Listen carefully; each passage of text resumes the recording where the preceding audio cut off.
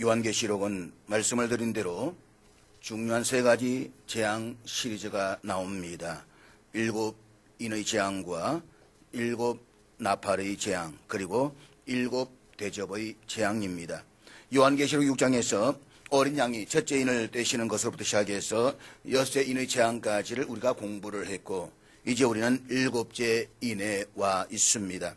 본문 1절은 인을 떼시기 합당하신 어린 양 예수 그리스도께서 마지막 7째 인을 떼시는 장면으로 시작이 됩니다. 그런데 6절에 보면 7 나팔을 가진 7 천사가 나팔 불기를 준비하더라 라고 했습니다.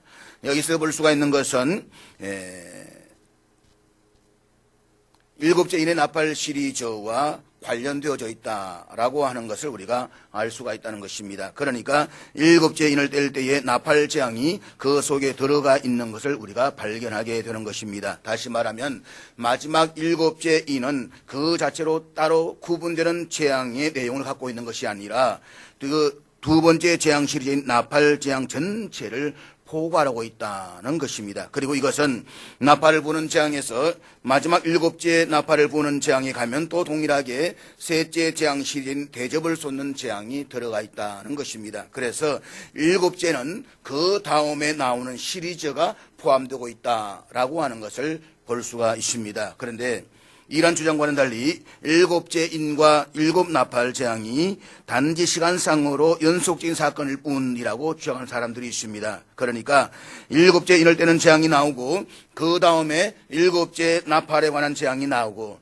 또 그 다음에 7 대접의 재앙이 나온다는 것입니다. 그렇게 주장하는 이유는 7 나팔의 재앙들이 7 인의 재앙보다 심판의 강도가 더 격렬하고 광범위하기 때문이다라고 하는 것입니다. 이렇게 주장하는 사람들은 결국 요한계시록이 시대적 순서에 따라서 펼쳐지고 있다라고 생각을 합니다. 이런 사람들 우리는 세대주의적 신학이라고 이야기합니다. 그래서 세대주의는 인류를 아담부터 지금까지를 세대별로 나누는데 6세대 나누면서 한 세대 1000년에서 아담부터 지금까지를 6000세대 라고 그렇게 보면서 이야기하는데, 사실 인류의 역사가 6000년만 된다라고 하는 것은 지금은 우리가 받지 못하는 이야기라고 볼 수가 있는 것입니다. 그렇기 때문에 순서가 그렇게 되지 않는다는 것을 우리가 먼저 염두에 둘 필요가 있습니다. 오늘 본문에 보면 7째 인을 떼실 때에 7 나팔 재앙이 나옵니다. 이것은 7 나팔 재앙이 이미 7째 인의 재앙에 포함되어져 있다라고 하는 것을 보여주고 있습니다. 그리고 말씀을 드렸듯이 7 인의 재앙이 인간성의 파괴에 있고 7 나팔의 재앙은 환경 파괴에 초점이 있습니다. 그러니까 7째 인이 먼저 나온다라고 해서 반드시 시간적으로 7 나팔이 7째 인 이후에 일어나는 재앙이다라고 보기는 어렵다는 것입니다. 그러므로 7째 인과 함께 나팔 재앙이 펼쳐지고 또 7째 나팔과 함께 7 대접에 관한 재앙이 펼쳐진다라고 하는 것을 우리는 머릿속에 담고 있어야만 합니다. 그리고 7 인을 떼는 재앙의 핵심은 인간성 파괴에 있다라고 했습니다. 7 나팔의 재앙은 환경 파괴에 있습니다. 7 대접 재앙의 핵심도 환경 파괴에 있습니다. 인간성 파괴와 환경 파괴, 그리고 또 환경 파괴입니다. 여러분 한번 생각해 보시기를 바랍니다. 지금 인간성이 얼마나 파괴되고 있습니까? 우리들이 정신을 똑바로 차리지 않으면 우리 자녀들의 인간성이 파괴되는 것을 감당하지 못하게 될 것입니다. 여러분이 생각할 때는 우리의 아이들이 신앙생활을 잘 하고 있다라고 생각하는지 모르지만 실제로 아이들과 대화를 한번 나누어 보십시오. 그러면 여러분들의 생각과는 다른 면이 상당히 많이 발견되면서 놀라게 될 것입니다. 여러분이 생각하는 신앙관이나 가치관이 전혀 다른 면을 보게 될 것입니다. 사실 인간성이 파괴되고 싶어서 파괴되는 것이 아니라 친구들과 놀다 보면 그렇게 끌려가는 것입니다. 동류라고 해서 같아진다는 것입니다. 과거 우리들은 에이즈라고 하면 우리나라와는 별로 상관이 없다라고 생각을 했습니다.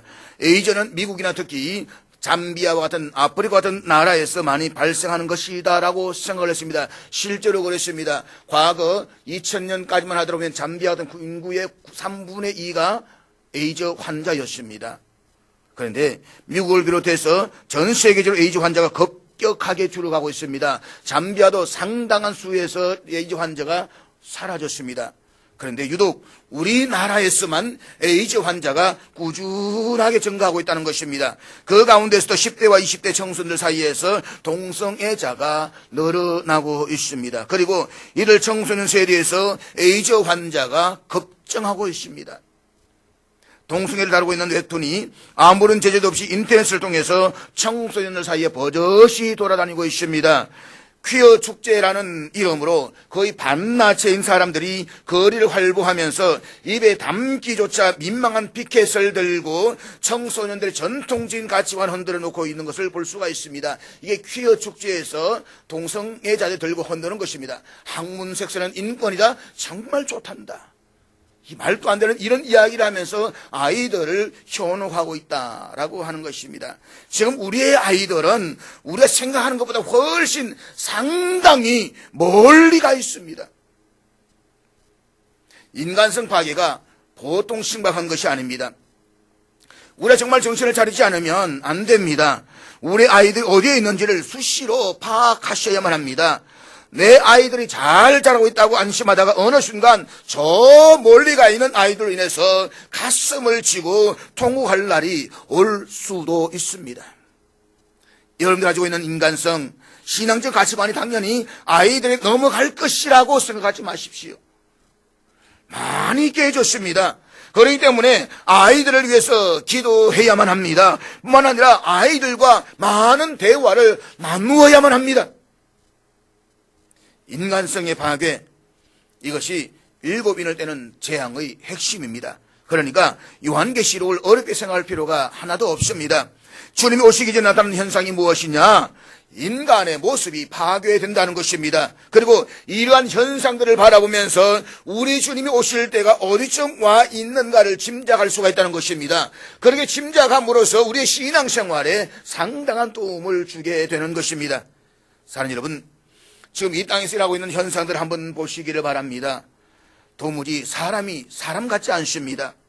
점점 심해집니다. 그래도 우리는 거룩한 주님의 몸된 교회 안에 들어와서 믿음으로 살려고 노력하기 때문에 파괴되는 것이 좀 느리는 것입니다.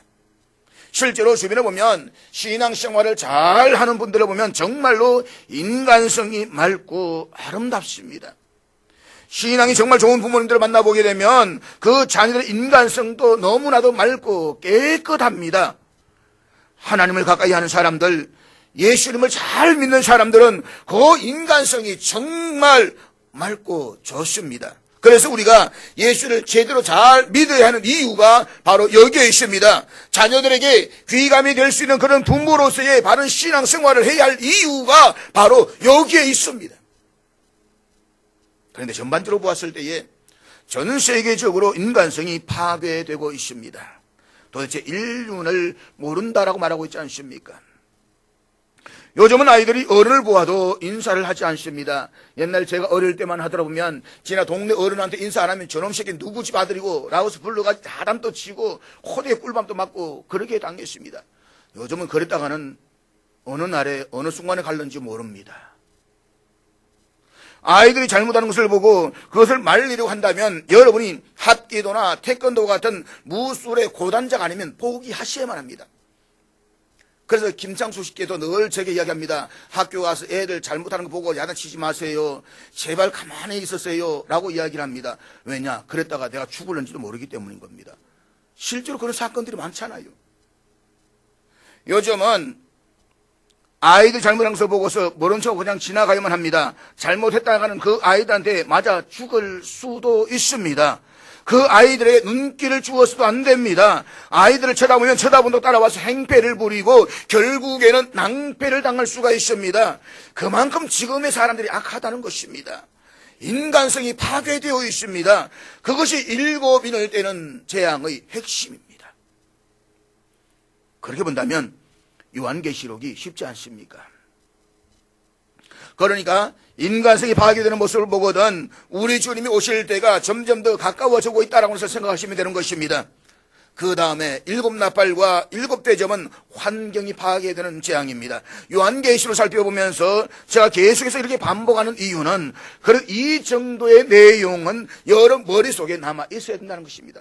요한계시록 그러면 그게 뭔지 모르겠다 그럴 때 이 정도는 우리가 이야기를 할 수 있어야 되지 않겠느냐 이 말인 것입니다.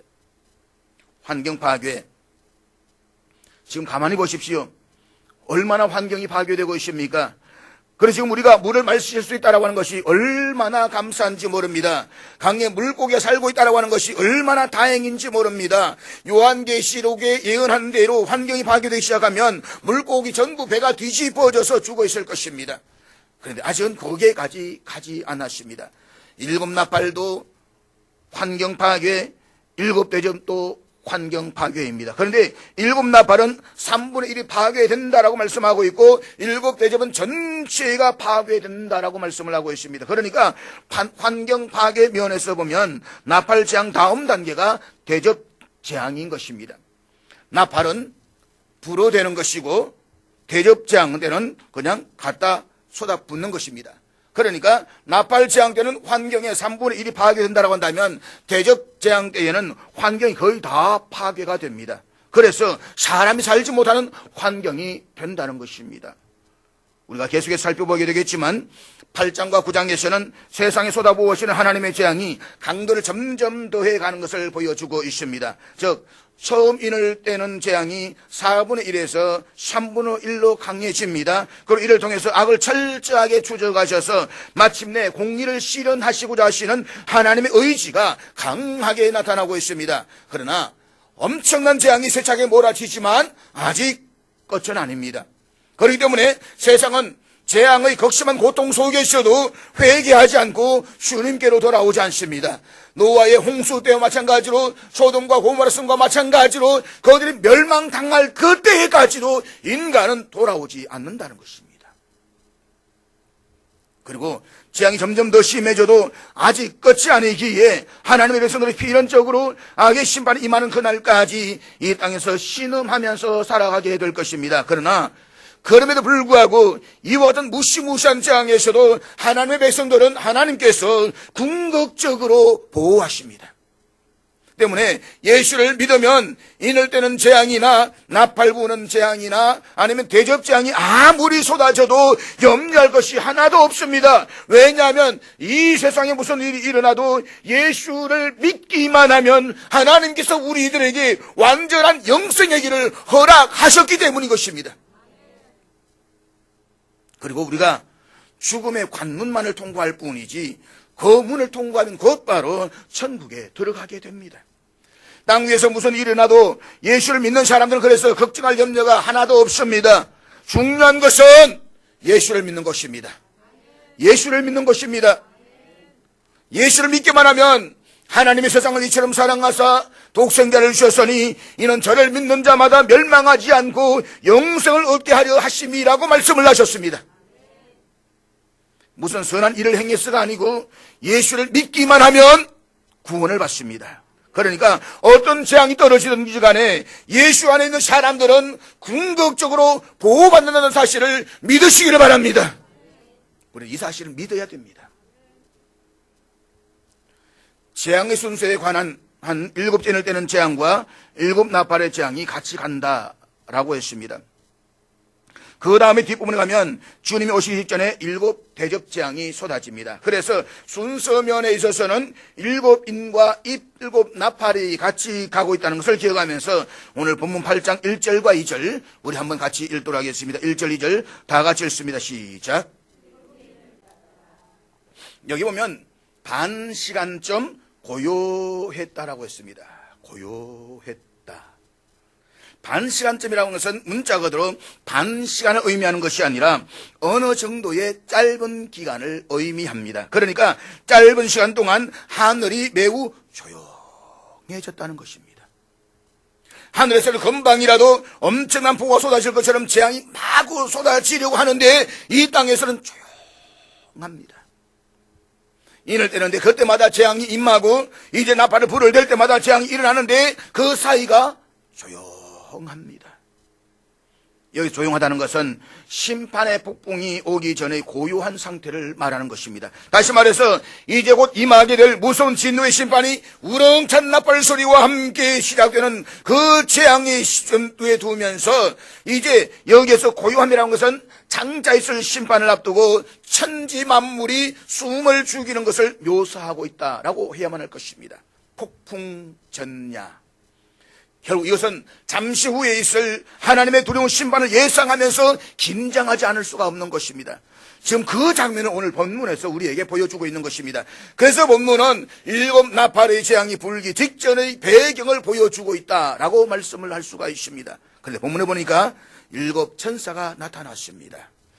위경으로 분류되고 있는 에녹서 1서에 보면 7 천사장의 이름이 나옵니다. 우리가 성경 보면 정경, 외경, 위경으로 분류를 합니다. 정경은 신구약 66권 확정된 캐논, 그래서 확정된 것입니다. 그런데 이것보다 좀 뒤에 떨어져 있는, 다시 말해서 예수님 오시기, 말라기에서 오시기까지 중간기 상태에 있었던 것을 우리는 외경이라고 말합니다. 외경은 성경 인정하지 않습니다. 왜냐하면 영지주의적 이단의 색채가 너무 강하게 있을 뿐만 아니라 또 이것은 어느 한 지역에서 발견되어졌고 저자가 불분명하기 때문입니다. 그런데 로마 가톨릭 교회는 16세기 중반에 이것을 제2경전으로 잡아넣었습니다.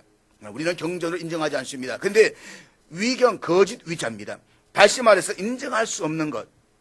가려보면 이 베드로 도마 복음서 뭐 이런 것이 나오는데, 이것들은 우리가 저자가 이름이 없는 시골 저자들이 책을 쓰면 사실 서울에서는 안 받아줍니다. 왜냐하면 이름이 없기 때문에. 저도 저희 신학교로 처음에 냈을 때에 서울에 몇 군데 출판사 줬더니 아니 보지도 않고는 그냥 거부해버립니다. 왜냐? 5주째를 이름이 없으니까요. 그런데 한들 출판사에서 이 한들 출판 사장님이 책을 다 읽다가 토요일 오후에 전화 왔습니다. 전화 와서 하는 말이, 오 목사님, 이 책 내가 지금 화장실에서 읽고 있는데 왜 화장실 책을 읽을까?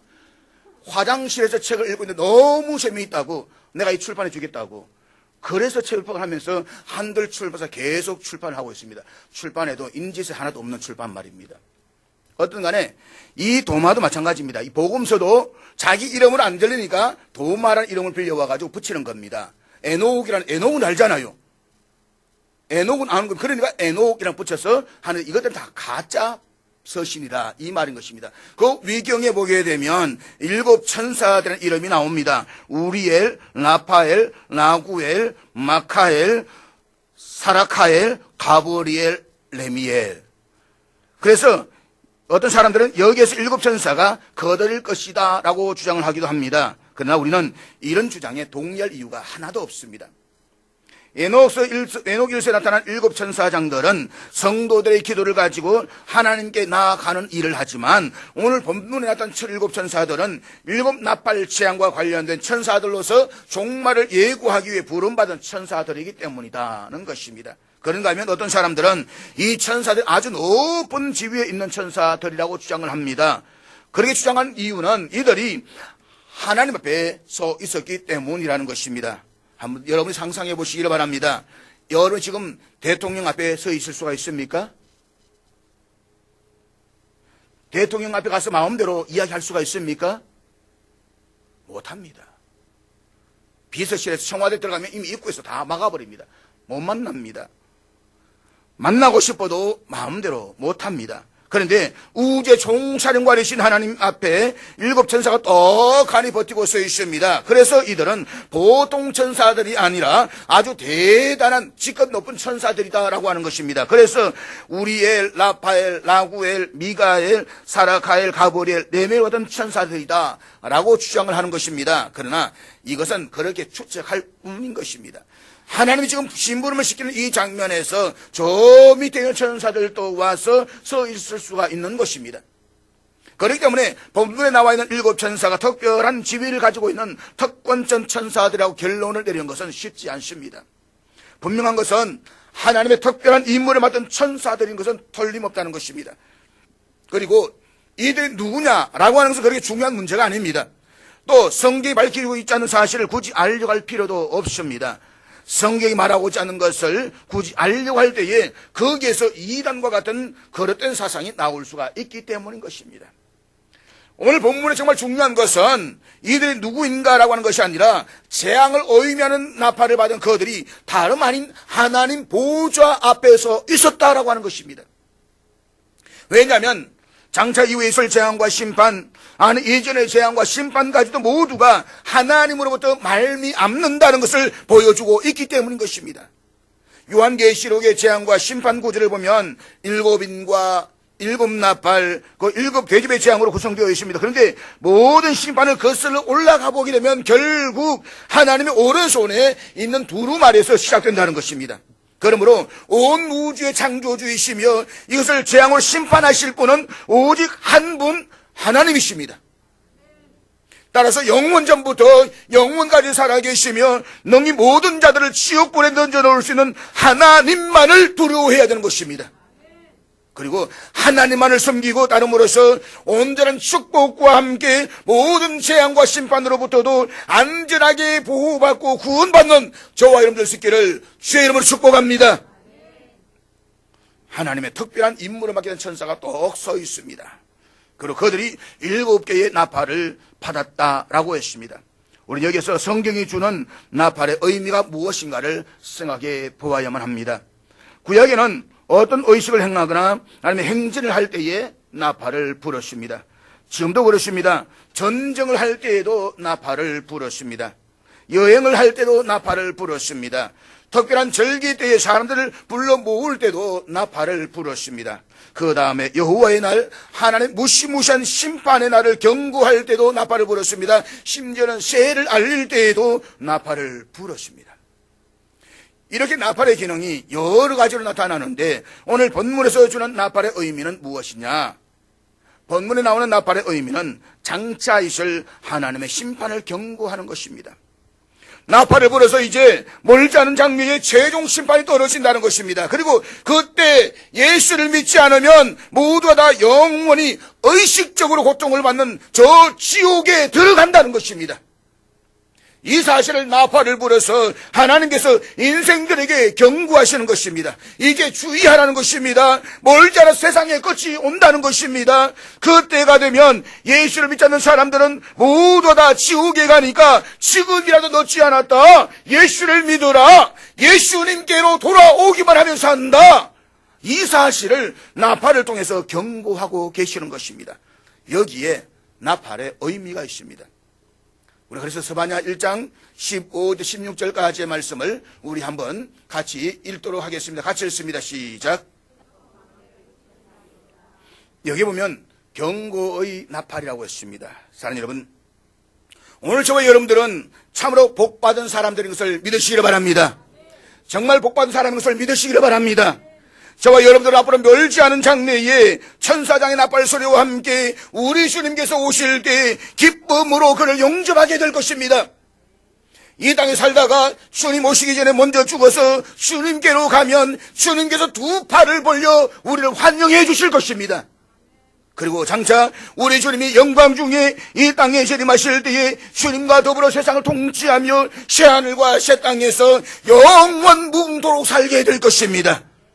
그러나 그때까지 예수를 믿지 않는 사람들은 산하 바위야 우리 위에 떨어져라. 그래야 저 어린 양의 진노로부터 나를 가려다오라고 하면서 절규하며 후회하게 될 것입니다.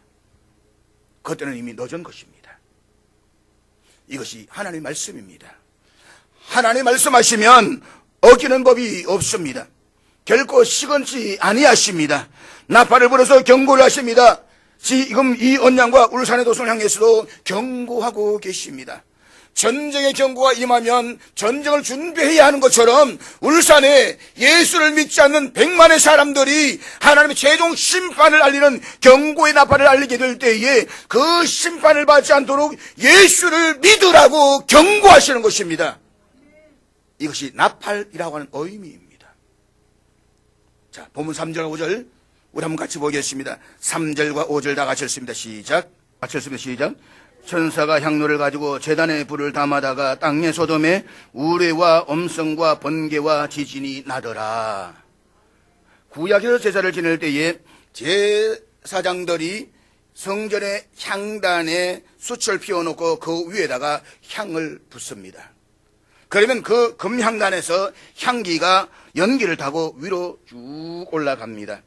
하나님께 향기로운 제물을 드린다는 것입니다. 그래서 향이 위로 쭉쭉 올라갑니다. 이렇게 향이 하늘로 올라가는데 그 순간 이스라엘 백성들이 머리를 숙여서 기도를 합니다. 그러니까 향과 기도가 같이 올라가는 것입니다. 지금 이 장면을 보여주고 있는 것입니다. 그런데 천사가 많은 향을 받았다라고 했습니다.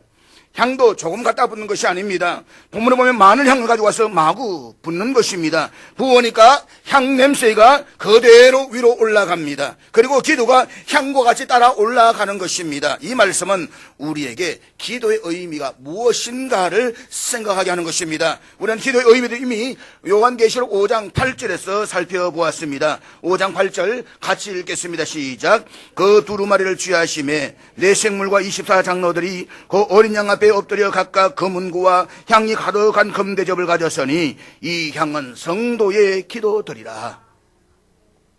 여기 보면 향과 성도들의 기도를 동일시했습니다. 그런데 8장의 본문에 보면 향이 올라가는데 기도같이 올라간다라고 했습니다.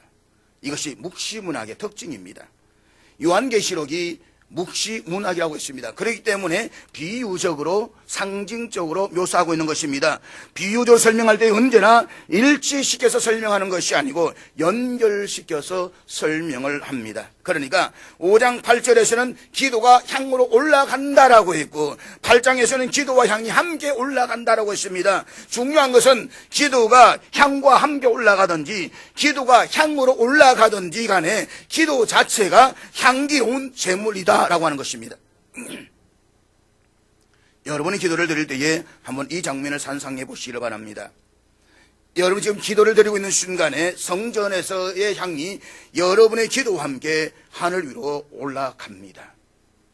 그 생각을 한번 해보십시오. 아니 한번 해보시라니까요.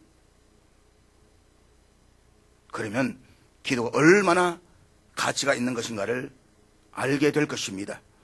기도가 별것이 아닌 것처럼 생각하는지 모르지만 기억하십시오. 기도는 참으로 대단한 것입니다. 여러분이 조금이나 젊었을 때에 기도의 씨앗을 뿌리게 되면 이후에 여러분 좀 더 나이가 들었을 때에 많이 거두게 될 것입니다. 그러므로 조금이라도 형통할 때에 더 많이 기도하십시오. 조금이라도 젊었을 때에 주 앞에 나와서 기도하십시오. 여러분이 고난 가운데를 지나갈 때에 그 기도가 열매로 나타나게 될 것입니다.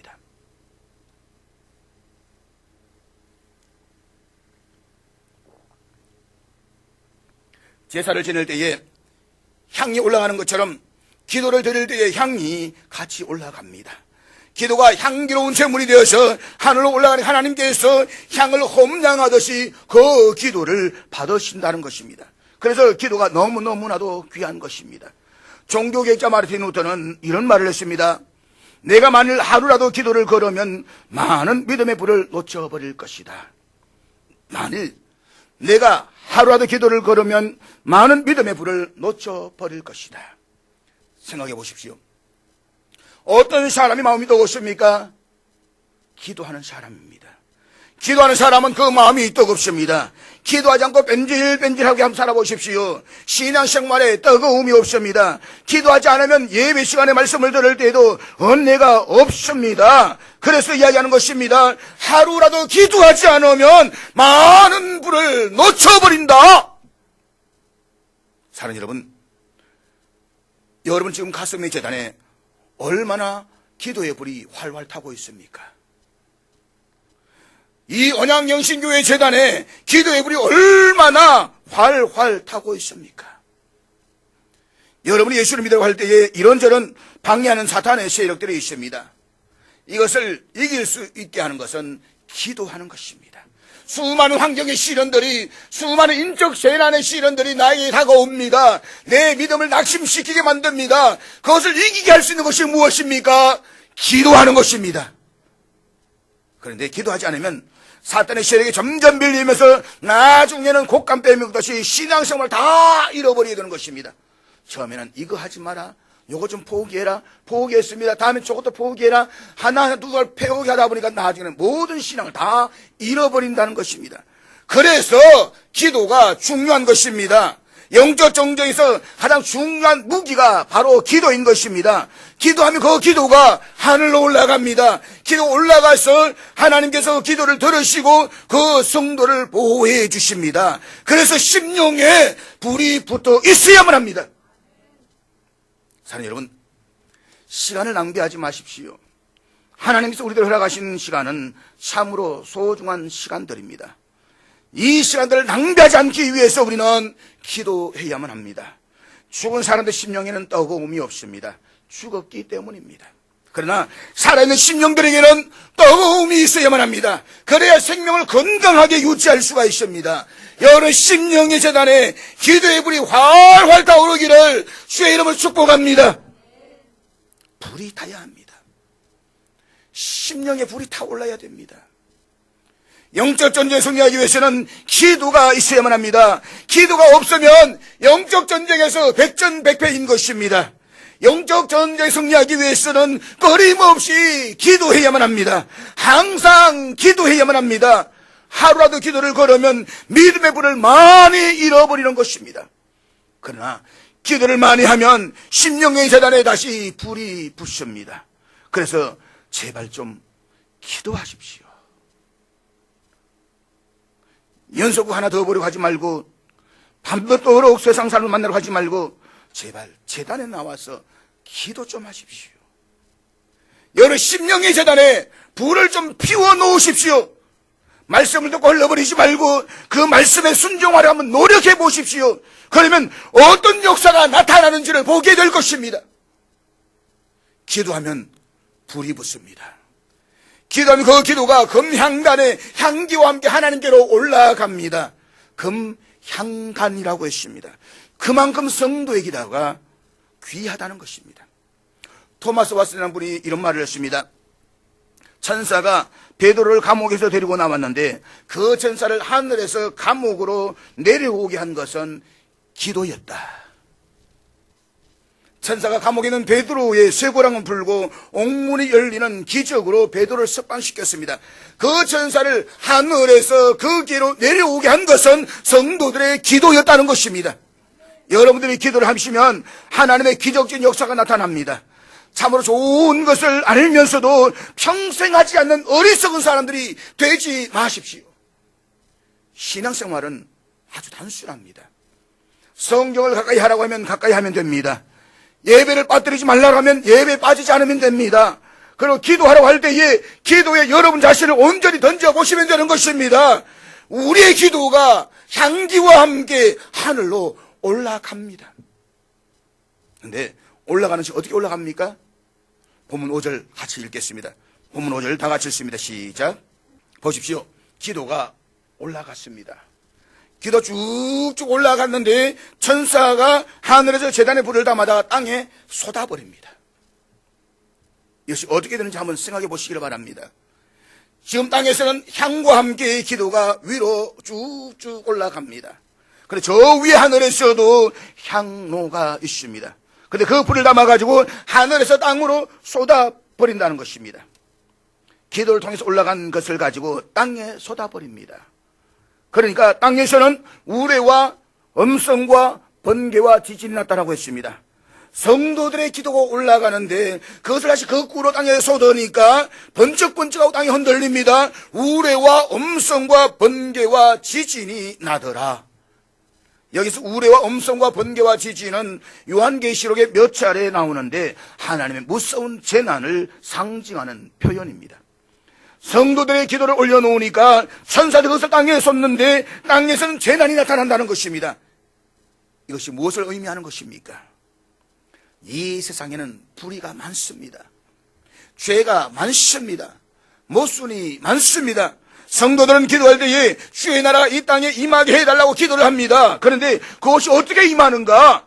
그 기도가 위로 올라가면 밑으로 쏟아집니다. 쏟아지면서 죄를 짓는 사람들은 심판하신다는 것입니다. 하나님의 나라가 심판하면서 이 땅에 임한다는 것입니다. 여러분들이 기도를 하시면 그 기도는 위로 올라갑니다. 위로 올라가는 기도는 밑으로 내려와서 이 땅에서 하나님의 역사를 이루게 되는 것입니다. 이 세상 나라가 우리 주와 그리스도의 나라가 되어서 그와 세세토록 왕으로 다시리로다. 반드시 주님이 오십니다. 반드시 주님이 이 세상 나라를 정의와 평화로 다스리실 때가 옵니다. 우리는 그 때가 올 때까지 기도해야만 합니다. 기도하면 그 기도가 향기와 함께 하늘로 올라갑니다. 그러면 하늘로 간 그 기도가 믿음의 성도들에게는 많은 복으로 내려오는 것입니다. 그러나 믿지 않는 불의한 세상을 향해서는 하나님의 무서운 진노의 심판이 임하게 된다는 것입니다. 쉽게 말하면 우리가 기도합니다. 그 기도는 향기와 함께 올라가서 하늘나라 향단에 금향로에 쌓이는데 그것을 천사들이 이 땅에 내렸을 때에 믿음의 성도는 복으로 내리지만 불신자들에게는 심판으로 임한다 이 말입니다. 사랑하는 여러분, 5장에서도 기도가 나오고 또 8장에서도 기도가 나옵니다. 다시 말해서 이제 인을 때는 재앙이 나오기 직전에 기도가 나오고 나팔장을 때는 직전에 기도가 나옵니다. 왜 기도가 나오는 것입니까? 이런 재난을 보게 될 때에 기도하라는 것입니다. 어려울 때에 기도하라는 것입니다. 곤고할 때에 기도하라는 것입니다. 기도 외에 다른 이유가 없습니다. 힘이 드십니까? 곤고하십니까? 주 앞에 나와 기도하십시오. 눈물을 흘려 기도하십시오. 피땀물이 되도록 기도하십시오. 내가 그렇게 기도할 때에 우리의 기도는 하늘에 향기로 올라가서 점향단에 쌓일 때에 그것을 하나님께 점령하시고 천사들은 땅에 쏟아버립니다. 쏟을 때 믿음의 성도들에게는 복과 평화로 임할 것입니다. 생명으로 임할 것입니다. 믿지 않는 저들에게는 저주와 심판으로 임하는 것입니다. 사랑하는 여러분, 올라가면 내려옵니다. 문제는 내려올 것이 있습니까? 여러분 생애에 축복으로 내려올 만한 것이 있도록 기도하셨습니까? 하늘 금향단에 얼마나 기도를 올려놓으셨습니까? 제발 이후로부터 기도를 많이 하셔서 기도의 향이 하늘로 올라가고 그 향로가 밑으로 쏟아지면서 심판이 아니라 하나님의 축복과 구원이 우리의 삶 속에 그대로 쏟아지는 놀라운 복되는 삶을 살아가는 저와 여러분 될 수 있기를 주의 이름으로 축복합니다. 이 말씀을 의지하면서 성찬 예식을 갖도록 하겠습니다.